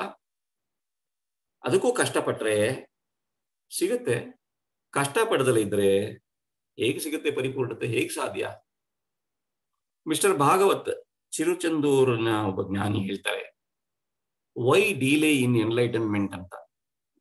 ಸಾಕ್ಷಾತ್ಕಾರಕ್ಕೆ, ಪರಿಪೂರ್ಣತೆ ಪಡೆಯೋಕೆ ಯಾಕೆ ಡಿಲೇ ಆಗ್ತಾ ಇದೆ ಅಂದ್ರೆ, ನಾಟ್ ಅಂಡರ್ಸ್ಟ್ಯಾಂಡಿಂಗ್. ಏನನ್ನ? ಅಭ್ಯಾಸವನ್ನ ನಿರಂತರವಾಗಿ ಮಾಡಿದ್ರೆ ಮಾತ್ರನೇ ದೈವ ಸಿಗತ್ತೆ ಅನ್ನೋ ಅರಿವಿಲ್ಲದೆ ನಾವು ಪ್ರಯತ್ನ ಮಾಡ್ತಾ ಇದ್ದೀವಿ. ನಮಗೆ ದೈವ ಸಾಕ್ಷಾತ್ಕಾರ ಸಿಗ್ತಾ ಇಲ್ಲ ಅನ್ನೋದು ಭಾಗವತನ ಜ್ಞಾನಿಗಳ ಮಾತು. ಬಹಳ ಚೆನ್ನಾಗಿ ಹೇಳಿದ್ರು. Not understanding is the reason for delay in enlightenment. ಆದರೆ ಈ ದೈವ ಅನುಭವ ಪಡೆಯಕ್ಕೆ ಎಷ್ಟು ಕಷ್ಟಪಟ್ರೂ ಕಡಿಮೆನೆ, ಎಷ್ಟು ಬೆಲೆ ತೆತ್ತರೂ ಕಡಿಮೆನೆ. ಬೇಕಾದಷ್ಟಕ್ಕೆ ರಜಾ ಹಾಕ್ತೀವಿ, ಬೇಕಾದಷ್ಟಕ್ಕೆ ನಾವು ದುಡ್ಡು ಖರ್ಚು ಮಾಡ್ತೀವಿ. ಒಂದ್ ದಿವಸ ಜ್ವರ ಬಂದ್ರೆ ವಾರ ರಜಾ ಹಾಕ್ತೀವಿ. ಸಣ್ಣ ನೆಗಡಿ ಬಂದ್ರೆ ಅಯ್ಯೋ ಏನೋ ಬೆಟ್ಟ ತಲೆ ಮೇಲೆ ಬಿದ್ದಂಗ ಆಡ್ತೀವಿ. ಅದಕ್ಕೆಲ್ಲ ಅಷ್ಟೆಲ್ಲ ನಮಗೆ ಸಮಯ ಇದೆ, ಎಲ್ಲಕ್ಕೂ ಶಕ್ತಿ ಇದೆ, ಏನ್ ಬೇಕಾದ್ರೂ ಮಾಡ್ತೀವಿ. ಆದ್ರೆ ದೈವದ ಒಂದು ಕಡೆಗೆ ಮನಸ್ಸನ್ನು ತಗೊಂಡು ಹೋಗೋದಕ್ಕೆ ನಮಗೆ ಸಮಯ ಇಲ್ಲ. ಒಂದ್ ವೇಳೆ ನೀವು ಎಷ್ಟಾದ್ರೂ ಕಷ್ಟಪಟ್ಟು, ಎಷ್ಟಾದ್ರೂ ಬೆಲೆ ತೆತ್ತು ದೈವದ ಕಡೆ ಮನಸ್ಸನ್ನು ತಿರುಗಿಸಿದ್ರೆ ಸ್ನೇಹಿತರೆ, ಕೊನೆಗೆ ನಮಗೆ ಸಿಗೋದು ಪರಮ ಬ್ರಹ್ಮಾನಂದ. ದೈವ ನೆಲೆಯ ಪಡೆಯುವಿಕೆ, ದೈವ ನೆಲೆಯ ಭಾಗ್ಯ. ಮಹರ್ಷಿ ಹೇಳ್ತಾರೆ, ಏನೆಂದು ಹೇಳಲಿ ಪರಿಪೂರ್ಣತೆಯ ಭಾಗ್ಯ ನಾ ಪಡೆದಂಥದ್ದು. ನಾ ಪಡೆದ ಪರಿಪೂರ್ಣತೆಯ ಭಾಗ್ಯವನ್ನ ಏನೆಂದು ವರ್ಣಿಸಲಿ ಅಂತ ಹೇಳ್ತಾರೆ ಅವರು. ಅದು ಎಷ್ಟು ಚೆನ್ನಾಗಿರ್ಬೋದು ಆ ಸ್ಥಿತಿ, ಎಷ್ಟು ಚೆನ್ನಾಗಿ ಅವರು ಅನುಭವಿಸಿರ್ಬೋದು. ಅದನ್ನು ಕೇಳಿಯೇ ಮನಸ್ಸಿಗೆ ಬಹಳ ಆನಂದ ಆಗತ್ತೆ. ಇನ್ನು ಅದು ಪಡ್ಕೊಂಡ್ರೆ ಹೇಗಿರುತ್ತೆ ನಿಮ್ಮ ಯೋಚನೆಗೆ ಬಿಡ್ತೀನಿ. ಪರಮ ಪದವಿ ಸಿಗತ್ತೆ, ಜನನ ಮರಣ ಚಕ್ರ ನಾಶ ಆಗತ್ತೆ. ಅಹಂ ಬ್ರಹ್ಮಾಸ್ಮಿ ತತ್ವಮಸಿ ಅಯಮಾತ್ಮ ಬ್ರಹ್ಮ ಪ್ರಜ್ಞಾನಂ ಬ್ರಹ್ಮ ಸರ್ವಂ ಕಲ್ವಿದಂ ಬ್ರಹ್ಮ. ಈ ಎಲ್ಲಾ ವೇದ ವಾಕ್ಯಗಳು, ಉಪನಿಷತ್ ವಾಕ್ಯಗಳು ನಿಮಗೆ ಅರಿವಾಗತ್ತೆ ಕೇವಲ ಅಭ್ಯಾಸ ಯೋಗದಿಂದ. ಸಮಯವಿಲ್ಲ ಅನ್ನೋದು, ಸಭೆ ಸಮಾರಂಭ ಇತ್ತು ಅನ್ನೋದು, ಅತಿಥಿಗಳು ಬಂದಿದ್ದಾರೆ ಅನ್ನೋದು, ಕೆಲಸ ಇತ್ತು ಅನ್ನೋದು, ಮಕ್ಕಳಿದಾವೆ, ಮೊಮ್ಮಕ್ಕಳಿದಾವೆ, ಮದುವೆ ಮಾಡ್ತಾ ಇದೀವಿ, ಸೀಮಂತ ಇದೆ, ಏನೋ ಒಂದು ಕಾರಣ ಕೊಟ್ಟು ಒಂದು ದಿವಸ ಅಭ್ಯಾಸವನ್ನ ನಿಲ್ಲಿಸಿದ್ರೆ ಆ ಮನಸ್ಸು ಮತ್ತೊಂದು ದಿನವೂ ಇನ್ನೇನೋ ಕಾರಣವನ್ನು ಹುಡುಕಿ ಅಭ್ಯಾಸವನ್ನ ನಿಲ್ಲಿಸೋದಕ್ಕೆ ಪ್ರಯತ್ನ ಪಡುತ್ತೆ. ಸ್ನೇಹಿತರೆ, ಬಹಳ ಹುಷಾರಾಗಿರಿ. ಒಂದು ದಿವಸ ನೀವು ಮನಸ್ಸಿಗೆ ರಜಾ ಕೊಟ್ರೆ ಅದು ಒಂದು ವಾರ ರಜಾ ಆಗುತ್ತೆ. ನೀವು ನಿರಂತರವಾಗಿ ಅಭ್ಯಾಸ ಮಾಡಿದ್ರೆ ನಿಮ್ಮನ್ನ ಪರಿಪೂರ್ಣತೆಗೆ ಕರ್ಕೊಂಡು ಹೋಗುತ್ತೆ. ಅಭ್ಯಾಸ ಯೋಗ ಆಗ್ಬೇಕು. ಯೋಗ ಅಭ್ಯಾಸ ಅಲ್ಲ, ಅಭ್ಯಾಸವೇ ನನ್ನ ಸ್ವಭಾವ ಆಗ್ಬೇಕು. ನಾವು ಹೇಗೆ ಹೇಳ್ತೀವಿ, ಮಲಗ್ತೀವಿ, ಊಟ ಮಾಡ್ತೀವಿ, ಆ ತರ ನಮ್ಗೆ ಅಭ್ಯಾಸ ಆಗ್ಬಿಡ್ಬೇಕು. ಸ್ವಭಾವ ಅನ್ನೋದು ಅಭ್ಯಾಸದಿಂದನೇ ಬಂದಿರೋದು. ಮಾಡಿ ಮಾಡಿ ಮಾಡಿ ಮಾಡಿ ಮಾಡಿ ಅಭ್ಯಾಸ ಆಗಿ ಸ್ವಭಾವ ಆಗಿದೆ. 5 ಗಂಟೆಗೆ ಅಲ್ಲ ನಾವು ಇವಾಗ ಕೊಡ್ಬೇಕಾಗಿಲ್ಲ. ನೀವು 4:59 ನೀವು ಹೇಳ್ತೀರಾ, ನಿಮ್ಗೆ ಅಭ್ಯಾಸ ಸ್ವಭಾವ ಆಗಿದ್ರೆ ಅಲಾರಾಮ್ ಬೇಕಿಲ್ಲ. ಇಲ್ಲ ಅಂದ್ರೆ ಎಷ್ಟು ವರ್ಷ ಆದ್ರೂ ನಾವು ಅಲಾರಾಮ್ ಮೇಲೆ ಡಿಪೆಂಡ್ ಆಗಿರ್ತೀವಿ. ಅಲಾರಾಮ್ ಹೊಡೆದ್ರೂ ಅದ್ರ ತಲೆ ಮೇಲೆ ಹೊಡೆಯೋದನ್ನು ಕಲ್ತಿರ್ತೀವಿ. ಇದು ನಮ್ಮನ್ನ ಪರಿಪೂರ್ಣತೆಗೆ ಕರ್ಕೊಂಡು ಹೋಗಲ್ಲ ಸ್ನೇಹಿತರೆ. ಸ್ವಪ್ರಯತ್ನ ಬೇಕು, ಸ್ವಯಂ ಚಿಂತನೆ ಬೇಕು, ಸ್ವಯಂ ಅಭ್ಯಾಸ ಯೋಗವಾಗಿ ಬಿಟ್ಟರೆ ಸಾಧನೆ ಫಲ ಕೊಡುತ್ತೆ. ಒಂದು ವೇಳೆ ಸಾಧನೆ ನಿಂತರೆ, ಅಭ್ಯಾಸದ ಸಾಧನೆ ನಿಂತರೆ ಉನ್ನತಿ, ಅರಿವಿನಲ್ಲಿ ಉನ್ನತಿ, ಪರಿಪೂರ್ಣತೆ ಅಸಾಧ್ಯ, ಸಾಧ್ಯನೇ ಇಲ್ಲ. ಅಭ್ಯಾಸನ ನೀವು ನಿಲ್ಲಿಸಿದ್ರೆ ಪರಿಪೂರ್ಣತೆನ ಪಡೆಯೋದಕ್ಕೆ ಸಾಧ್ಯನೇ ಇಲ್ಲ. ಚೆನ್ನಾಗಿ ನಾವು ತಿಳ್ಕೋಬೇಕು. ಅಭ್ಯಾಸವಿಲ್ಲದೆ ಯಾವುದೂ ಸಾಧ್ಯನೇ ಇಲ್ಲ ಅನ್ನೋ ತೀರ್ಮಾನಕ್ಕೆ ನಾವು ಬರಬೇಕು. ಮತ್ತೊಮ್ಮೆ ನಾನು ಗೀತೆಯ ಶ್ಲೋಕನ ನಿಮಗೆ ಜ್ಞಾಪಿಸ್ತೀನಿ. ಅಭ್ಯಾಸ ಯೋಗ ಯುಕ್ತೇನ ಚೇತಸಾ ನಾನ್ಯಗಾಮಿನ ಪರಮಂ ಪುರುಷಂ ದಿವ್ಯಂ ಯಾತಿ ಅರ್ಥ ಅನುಚಿಂತೆಯನ್. ಅಭ್ಯಾಸ ಯೋಗ ಯುಕ್ತೇನ, ದೈವದ ಧ್ಯಾನ ಅಭ್ಯಾಸ ರೂಪಿಯಾದ ಯೋಗದಿಂದ, ನಾಣ್ಯಗಾಮಿನ ಚೇತಸ, ಅಚಲವಾದ ಮನಸ್ಸಿನಿಂದ, ಅನುಚಿಂತೆಯನ್, ನಿರಂತರವಾಗಿ ಚಿಂತಿಸುತ್ತಿರುವ ಮಾನವನು, ಪರಮ ಪುರುಷಂ ದಿವ್ಯ ಯಾತಿ, ದಿವ್ಯವಾದ ಪರಮ ಪುರುಷನನ್ನ ಅಂದರೆ ಪರಮಾತ್ಮನನ್ನ ಅಂದರೆ ಪರಿಪೂರ್ಣತೆಯನ್ನ ಪಡೆಯುತ್ತಾನೆ. ಪರಿಪೂರ್ಣತೆಗೆ ಅಭ್ಯಾಸವೇ ಸಾಧನ ಅಂತ ಹೇಳ್ತಾ ಇಂದಿನ ಈ ಚಿಂತನೆಯನ್ನ ಮುಗಿಸ್ಕೊಳ್ಳಕ್ಕೆ ನಾನು ಬರ್ತಾ ಇದ್ದೀನಿ. ಆತ್ಮೀಯರೇ, ಈ ಆತ್ಮಸಂಗಮದಲ್ಲಿ ಭಾಗವಹಿಸುವ ಒಂದು ಅಭ್ಯಾಸ ನಿಮ್ಮನ್ನ ಎಲ್ಲಿಗೆ ಕರ್ಕೊಂಡು ಹೋಗುತ್ತೆ ಅಂದ್ರೆ, ಆತ್ಮಸಂಗಮ ಇರ್ಲಿ ಇಲ್ಲದೆ ಇರ್ಲಿ 4 ಗಂಟೆಗೆ ನಿಮ್ಮ ಮೊಬೈಲ್ ಆನ್ ಆಗತ್ತೆ. ವಿಷಯನ ಕೇಳಬೇಕು ಅನ್ನೋ ಮನಸ್ಸಿನ ಅಭ್ಯಾಸ ಸ್ವಭಾವ ಆಗಿದ್ದೆ. ಈ ಅಭ್ಯಾಸವನ್ನ ಮುಂದುವರಿಸಿ ನಿರಂತರವಾಗಿರಿ, ತಪ್ಪಿಸ್ಬೇಡಿ. ಏನೋ ಕಾರಣ ಕೊಟ್ಟು ನಾನು ಊರಿಗೆ ಹೋಗಿದ್ದೆ ಅಂತ ಹೇಳ್ತಾರೆ, ಅಲ್ಲಿಯೇ ಕೇಳಿ. ಫಂಕ್ಷನ್ ಇತ್ತು ಅಂತ ಹೇಳಿ ಅಲ್ಲಿ ಹೇಳಿ, ಅರ್ಧ ಗಂಟೆ ನಾನು ಬಿಡು ಮಾಡ್ಕೊಂಡು ನಮ್ಗೆ ಏನೋ ಒಂಚೂರು ಕೆಲಸ ಇದೆ ಪ್ಲೀಸ್ ಇನ್ನೊಬ್ಬರು ಇದನ್ನ ಇಂಟ್ರೆಸ್ಟ್ ಮಾಡಿ ಹೋಗಿ ಕೂತ್ಕೊಂಡು ಕೇಳಿ, ಧ್ಯಾನ ಮಾಡಿ. ಏನು ಇಲ್ಲ, ಮಾಡಕ್ ಸಾಧ್ಯ ಇದೆ. ನಾವು ಅಭ್ಯಾಸ ಮಾಡ್ಕೊಂಡ್ರೆ ಮಾಡಕ್ ಸಾಧ್ಯ ಇದೆ. ನಮಗೆ ಅಭ್ಯಾಸ ಸ್ವಭಾವ ಆಗ್ಲಿ ಅಂತ ಕೇಳ್ಕೊತಾ ಈ ಕಾರ್ಯಕ್ರಮದ ಪ್ರಾಯೋಜನೆ ಮಾಡಿದಂತ ಎಲ್ಲ ಹಿರಿಯರಿಗೂ ವಂದಿಸಿ, ಕೇಳಿದಂತ ಆತ್ಮಗಳಿಗೆ ವಂದಿಸಿ, ಈ ಅವಕಾಶವನ್ನು ಕೊಟ್ಟಂತ ಆತ್ಮಸಂಗಮಕ್ಕೆ ವಂದಿಸಿ ನನ್ನ ಮಾತುಗಳನ್ನು ಮುಗಿಸ್ತೀನಿ. ದೈವಿಕ ಮಹಾಶಕ್ತಿಯು ನಿಮಗೂ ನಿಮ್ಮ ಕುಟುಂಬಕ್ಕೂ ದೇಹಾರೋಗ್ಯ, ದೀರ್ಘಾಯುಸ್ಸು, ಸಾಕಷ್ಟು ಐಶ್ವರ್ಯ, ಉನ್ನತ ಕೀರ್ತಿ, ಸತ್ಯ ಜ್ಞಾನವನ್ನು ನೀಡಲಿ. ಇದನ್ನು ಪಡೆಯೋಕೆ ನಿರಂತರವಾದ ಅಭ್ಯಾಸ ಮಾಡುವ ಸಂಕಲ್ಪವನ್ನ ಹಿಂದೆ ಮಾಡಿ ದಯವಿಟ್ಟು ಸಾಧನೆಯನ್ನು ಮಾಡಿ. ಸಾಧನೆ ಅಂದ್ರೆ ಅಭ್ಯಾಸವನ್ನ ನಿರಂತರವಾಗಿ ಮಾಡೋದಷ್ಟೇ, ಬೇರೇನ್ ಕಷ್ಟ ಇಲ್ಲ. ಏನಾದ್ರೂ ಪ್ರಯತ್ನ ಪಡಿ, ಅಷ್ಟೊಂದು ಕಷ್ಟ ಅಲ್ಲ ಅದು ಕಷ್ಟ ಸಾಧ್ಯ ಅಂತ ಹೇಳ್ತಾ ನನ್ನ ಈ ಚಿಂತನೆಯನ್ನ ಮುಗಿಸ್ಕೊಳ್ತೀನಿ. ಬಾಳ್ಗೆ ಭೂಮಂಡಲ, ಬಾಳ್ಗೆ ಭೂಮಂಡಲ, ಬಾಳ್ಗೆ ಸಮೃದ್ಧಿಯೊಂದಿಗೆ. Thank you very much. ಧನ್ಯವಾದಗಳು. ಬಾಳ್ಗೆ ಸಮೃದ್ಧಿಯೊಂದಿಗೆ sir. Thank you very much sir. Thank you very much. ಈ ದಿನದ ಆಧ್ಯಾತ್ಮಿಕ ಚಿಂತನೆಯನ್ನು ನಡೆಸಿಕೊಟ್ಟ ಸ್ಕೈ ಪ್ರಾಧ್ಯಾಪಕರಿಗೆ ಧನ್ಯವಾದಗಳು. ಸ್ನೇಹಿತರೆ, ಈಗ ಪ್ರಶ್ನೋತ್ತರ ಸಮಯ. ಯಾರಿಗಾದ್ರೂ ಇವತ್ತಿನ ವಿಷಯದ ಬಗ್ಗೆ ಪ್ರಶ್ನೆಗಳು ಕೇಳೋದಿದ್ರೆ ರೇಸ್ ಹ್ಯಾಂಡ್ ಬಟನ್ ಕ್ಲಿಕ್ ಮಾಡಿ ಪ್ರಶ್ನೆಗಳನ್ನ ಕೇಳಿ. ನೀವು ಪ್ರಶ್ನೆಗಳನ್ನ ಕೇಳಕ್ ಮುಂಚೆ ಒಂದು ಪ್ರಮುಖವಾದ ಸೂಚನೆ ಸ್ನೇಹಿತರೆ. ವಿಶ್ವ ಸಮುದಾಯ ಸೇವಾ ಸಂಘ ವಿಷನ್ ಫಾರ್ ವಿಸ್ಡಮ್ ಆಳಿಯಾರಿಂದ ಆಯೋಜಿಸಿರುವ ಸ್ಕೈ ಯೋಗ ಆನ್ಲೈನ್ ಫೌಂಡೇಶನ್ ಕೋರ್ಸ್ ಈಗ ಕನ್ನಡ ಭಾಷೆಯಲ್ಲಿ ಲಭ್ಯವಿದೆ. ಇದು ಬೆಳಿಗ್ಗೆ ಮತ್ತೆ ಸಂಜೆ 2 ಬ್ಯಾಚ್ ಅಲ್ಲಿ ನಡೀತಾ ಇದೆ. ಯಾವ್ದಾದ್ರು ಒಂದು ಬ್ಯಾಚ್ ಅಲ್ಲಿ ನೀವು ಜಾಯಿನ್ ಆಗ್ಬೋದು. ಬೆಳಿಗ್ಗೆ 6ರಿಂದ 7:30, ಸಂಜೆ 7ರಿಂದ 8:30. ಕೊರೋನಾ ಎಂಬ ಸಾಂಕ್ರಾಮಿಕ ಕಾಲದಲ್ಲಿ ಮಾನಸಿಕವಾಗಿ ಬಹಳ ನೊಂದಿರುವವರಿಗೆ, ಆರೋಗ್ಯ ಸಮಸ್ಯೆಗಳಿರುವವರಿಗೆ ಮತ್ತು ಧ್ಯಾನ ಕೇಂದ್ರಕ್ಕೆ ಬರಲು ಸಾಧ್ಯವಾಗದಿರುವವರಿಗೆ ತಮ್ಮ ಮನೋಶಕ್ತಿಯನ್ನು ಹಾಗೂ ರೋಗ ನಿರೋಧಕ ಶಕ್ತಿಯನ್ನು ಹೆಚ್ಚಿಸಿಕೊಳ್ಳಲು ಈ ಸ್ಕೈ ಯೋಗದ ಪ್ರಾಥಮಿಕ ತರಗತಿಗಳನ್ನು ಆನ್ಲೈನ್ ಅಲ್ಲಿ ನಿಮ್ಮ ಮನೆಯಿಂದಲೇ ಕಲಿಯಲು ಒಂದು ಅತ್ಯುತ್ತಮ ಅವಕಾಶ ಸ್ನೇಹಿತರೆ. ಅದಲ್ಲದೆ ಶಾಲಾ ಕಾಲೇಜುಗಳು ತೆರೆಯದೇ ಇರುವ ಈ ಕಾಲದಲ್ಲಿ ಮಕ್ಕಳು ಸದ್ಗುಣಗಳನ್ನು ಬೆಳೆಸಿಕೊಂಡು ಆರೋಗ್ಯವನ್ನು ಕಾಪಾಡಿಕೊಂಡು ಪರೀಕ್ಷೆಗಳನ್ನು ಧೈರ್ಯವಾಗಿ ಎದುರಿಸಲು ಈ ಅಭ್ಯಾಸಗಳು ಒಂದು ಸದಾವಕಾಶ ಸ್ನೇಹಿತರೆ. ವಿಷನ್ ಫಾರ್ ವಿಸ್ಡಮ್ ರವರು ವಿದ್ಯಾರ್ಥಿಗಳಿಗಾಗಿ ಈ ಆನ್ಲೈನ್ ಫೌಂಡೇಶನ್ ಕೋರ್ಸ್ ಅನ್ನು ಕಡಿಮೆ ದರದಲ್ಲಿ ನಡೆಸುತ್ತಿದ್ದಾರೆ.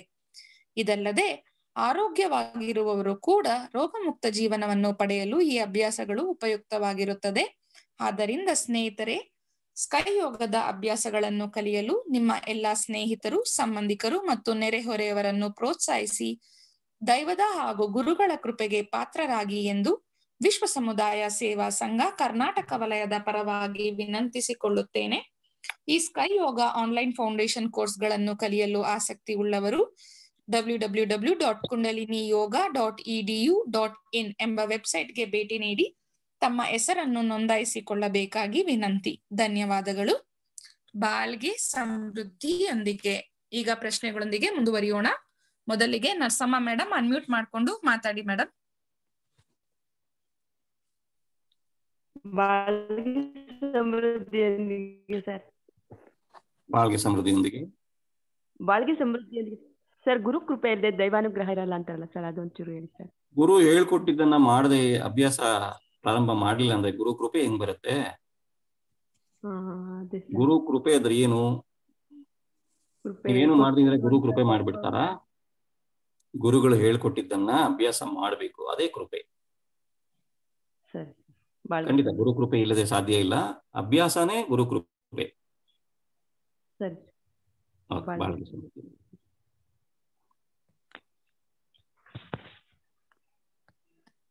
ಬಾಳ್ಗೆ ಸಮೃದ್ಧಿಯೊಂದಿಗೆ ಸ್ನೇಹಿತರೆ, ಇನ್ನು ಯಾರಿಗಾದ್ರೂ ಮಾತಾಡೋದಿದ್ರೆ ರೇಸ್ ಹ್ಯಾಂಡ್ ಬಟನ್ ಕ್ಲಿಕ್ ಮಾಡಿ.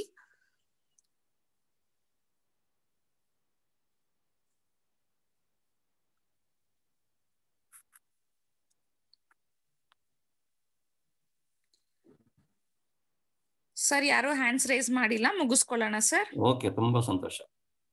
Thank you sir. ಬಾಳ್ಗೆ ಸಮೃದ್ಧಿಯೊಂದಿಗೆ ಸ್ನೇಹಿತರೆ, ಬಾಳ್ಗೆ ಸಮೃದ್ಧಿಯೊಂದಿಗೆ ಸರ್. ಸ್ನೇಹಿತರೆ, ಈ ದಿನದ ಚಿಂತನೆಯನ್ನು ನಡೆಸಿಕೊಟ್ಟ ಸ್ಕೈ ಪ್ರಾಧ್ಯಾಪಕರಿಗೆ ಧನ್ಯವಾದ ಹೇಳುವ ಸಮಯ. ಎಲ್ಲರೂ ಮನಸ್ಸನ್ನು ತುರಿಯಂನಲ್ಲಿ ಕೇಂದ್ರೀಕರಿಸಿ ಅವರನ್ನು ಹಾರೈಸೋಣ.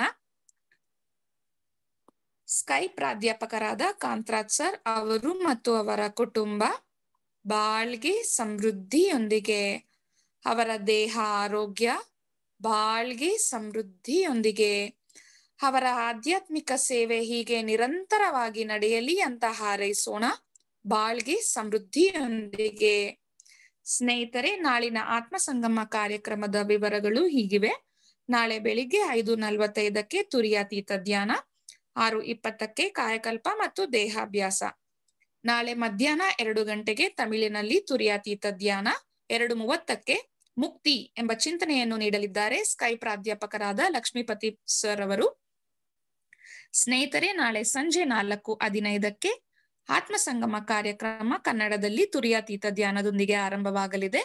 4:45 ವಿಶ್ವಶಾಂತಿಗಾಗಿ ಹಾರೈಕೆ, 4:55 ಧ್ಯಾನ ಮಾಡೋಣ ಲೆಟ್ಸ್ ಮೆಡಿಟೇಟ್ ಎಂಬ ಚಿಂತನೆಯನ್ನು ನೀಡಲಿದ್ದಾರೆ ಸ್ಕೈ ಪ್ರಾಧ್ಯಾಪಕರಾದ ಭ್ರಮರಾಂಬಾ ಮೇಡಮ್ ರವರು. ಧನ್ಯವಾದಗಳು ಸ್ನೇಹಿತರೆ. ಬಾಳ್ಗೆ ಭೂಮಂಡಲ, ಬಾಳ್ಗೆ ಭೂಮಂಡಲ, ಬಾಳ್ಗೆ ಸಮೃದ್ಧಿಯೊಂದಿಗೆ. ಈ ಆತ್ಮ ಸಂಗಮ ಕಾರ್ಯಕ್ರಮದಲ್ಲಿ ಭಾಗವಹಿಸಿದ ಎಲ್ಲಾ ಯೋಗ ಬಂಧುಗಳನ್ನು ವಿಶ್ವ ಸಮುದಾಯ ಸೇವಾ ಸಂಘ ಕರ್ನಾಟಕ ವಲಯದ ಪರವಾಗಿ ವಂದನೆಗಳನ್ನು ಸಲ್ಲಿಸುತ್ತೇನೆ. ಈ ಕಾರ್ಯಕ್ರಮ ನಡೆಯಲು ಸಹಕಾರ ನೀಡಿರುವ ವಿಶ್ವ ಸಮುದಾಯ ಸೇವಾ ಸಂಘ ಕರ್ನಾಟಕ ವಲಯಕ್ಕೆ ಸೇರಿರುವ ಎಲ್ಲಾ ಸ್ಕೈ ಸಂಸ್ಥೆಯ ಅಧ್ಯಕ್ಷರು ಹಾಗೂ ಪದಾಧಿಕಾರಿಗಳಿಗೂ ಧನ್ಯವಾದಗಳು. ಕರ್ನಾಟಕದಲ್ಲಿ ಇರುವ ಎಲ್ಲಾ ಧ್ಯಾನ ಕೇಂದ್ರಗಳಲ್ಲಿ ಸೇವೆ ಸಲ್ಲಿಸ್ತಾ ಇರೋ ಎಲ್ಲಾ ಮಾಸ್ಟರ್ಸ್ ಹಾಗೂ ಪ್ರೊಫೆಸರ್ಸ್ ಗಳಿಗೂ ವಂದನೆಗಳು. ಈ ಆತ್ಮ ಸಂಗಮ ಕಾರ್ಯಕ್ರಮ ಯಶಸ್ವಿಯಾಗಿ ನಡೆಯಲು ಬಹಳ ಪ್ರಮುಖ ಪಾತ್ರವನ್ನು ವಹಿಸಿರುವವರು ವಿಶ್ವ ಸಮುದಾಯ ಸೇವಾ ಸಂಘ ಕರ್ನಾಟಕ ವಲಯದ ಅಧ್ಯಕ್ಷರು ಹಾಗೂ ಸ್ಮಾರ್ಟ್ ವಿಭಾಗದ ಉಪಾಧ್ಯಕ್ಷರ ಮಾರ್ಗದರ್ಶನಕ್ಕಾಗಿ ನಿಮ್ಮೆಲ್ಲರ ಪರವಾಗಿ ತುಂಬು ಹೃದಯದ ಕೃತಜ್ಞತೆಗಳನ್ನು ಸಲ್ಲಿಸುತ್ತೇನೆ. ದೈವಿಕ ಮಹಾಶಕ್ತಿಯ ಕರುಣೆಯಿಂದ ಎಲ್ಲರಿಗೂ